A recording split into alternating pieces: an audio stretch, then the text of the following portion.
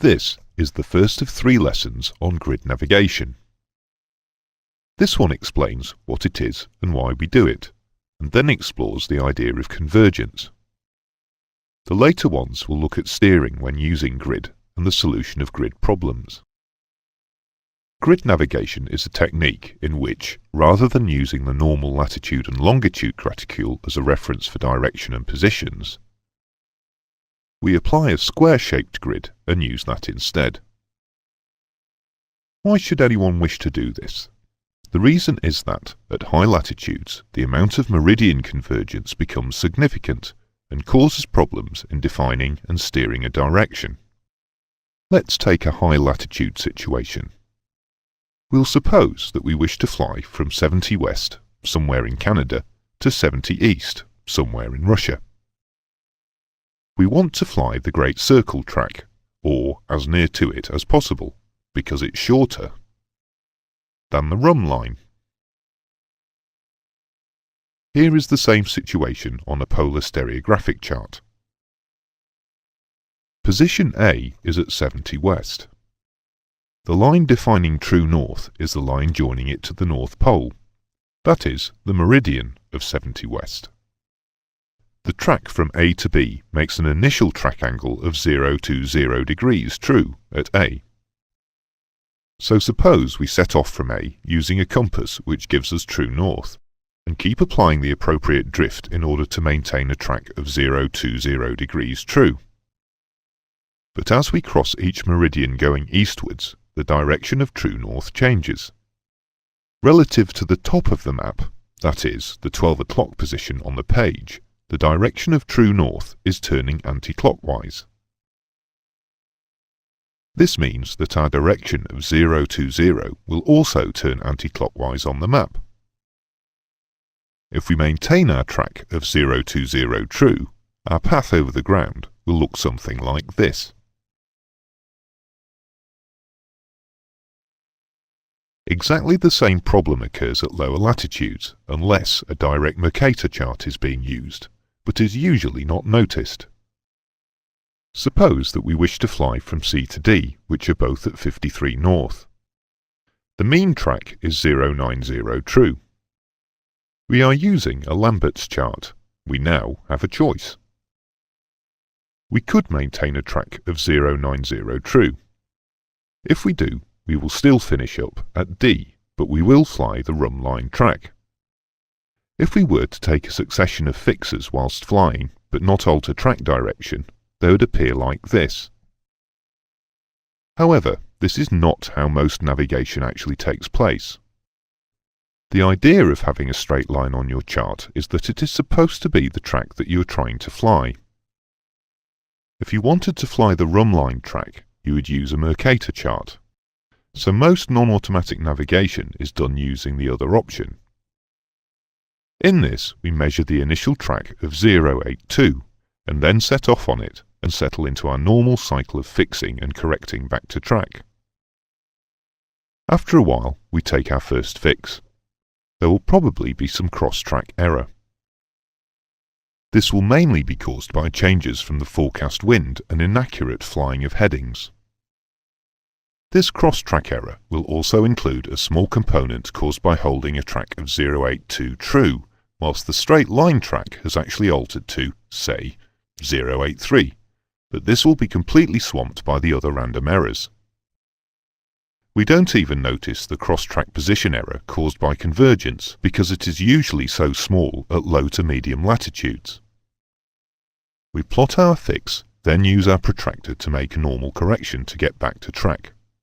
We measure the track locally near the fix, thereby automatically correcting for the convergence. During the course of the leg, the datum track will change from 082 to 098 true, but the process happens simply by correcting back to the straight line track on the chart and measuring the local meridian. However, this technique of sweeping the change of track into the normal navigation corrections breaks down at higher latitudes because the amount of convergence becomes too great to ignore. We therefore have to abandon true north as our direction datum.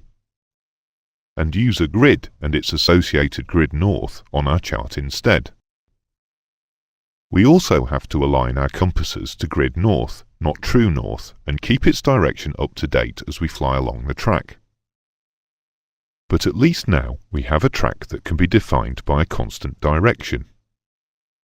There are various different methods for selecting the datum direction for grid north, but for the EASA ATPL syllabus, the datum chosen will always be a meridian of longitude. First, we choose a meridian to use as our datum. We add the horizontal parallel lines at suitable intervals, often every 60 nautical miles, but they can be smaller or larger distances. And then we sweep out an arc to draw the vertical lines the same distance from the datum meridian and parallel to it.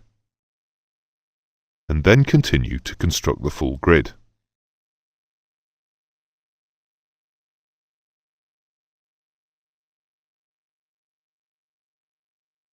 If the Greenwich meridian is chosen as the datum meridian, we call it a standard grid.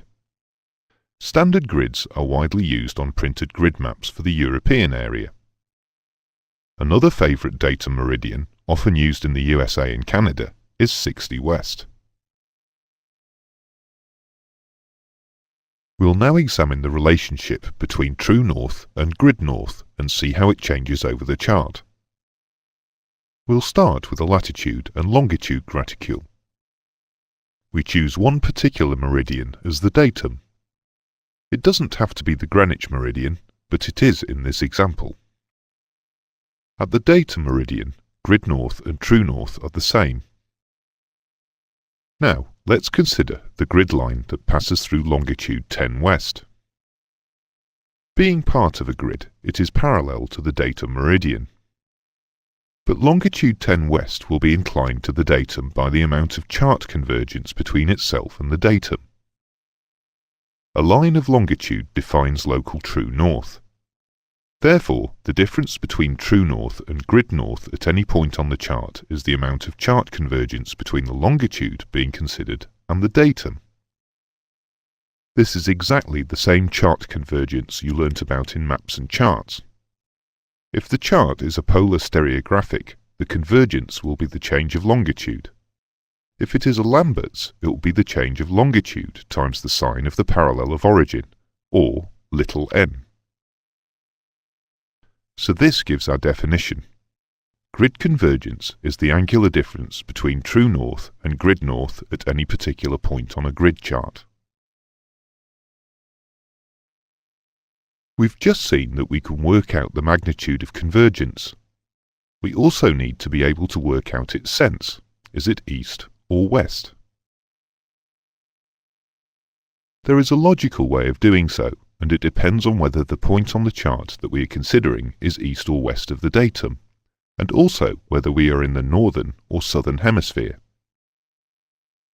The vertical centre line represents the datum meridian. This time we have chosen one which is not Greenwich. Now let's put in all the other meridians either side of the datum. And now we add the grid. We'll start by considering a meridian out to the east of the datum. Now let's look at the inclination of the meridian in the southern hemisphere. Everywhere, except at the equator, it is always further clockwise than grid north. At the South Pole, it is 90 degrees out to the east, and at the equator itself, it is parallel. At any latitude in between, true north is east of grid north by some angle between 0 and 90 degrees. Let's now consider the same meridian in the northern hemisphere. You can see that here, the red line, which is true north, is always anti-clockwise or west of the green grid north direction. We'll now look at a meridian west of the datum. Up here in the northern hemisphere, the meridian is always clockwise or east of the grid line. And finally, in the southern hemisphere, west of the datum, the meridian is always inclined west of grid north. This gives us the pattern east-west, west-east. It is one of those useful mnemonics like D-I-I-D, which we have encountered earlier in the course. Remember, and use it when solving grid problems. Convergence is annotated easterly when true north lies to the east of grid north, and westerly when true north lies to the west of grid north. And it follows this rule: convergence east, true least; convergence west, true best.